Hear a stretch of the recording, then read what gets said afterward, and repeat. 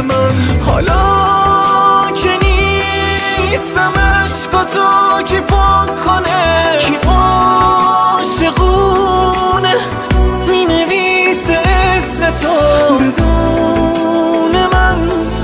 1000 سال دیگم بدون کسی نمیشکنه طلسم تو.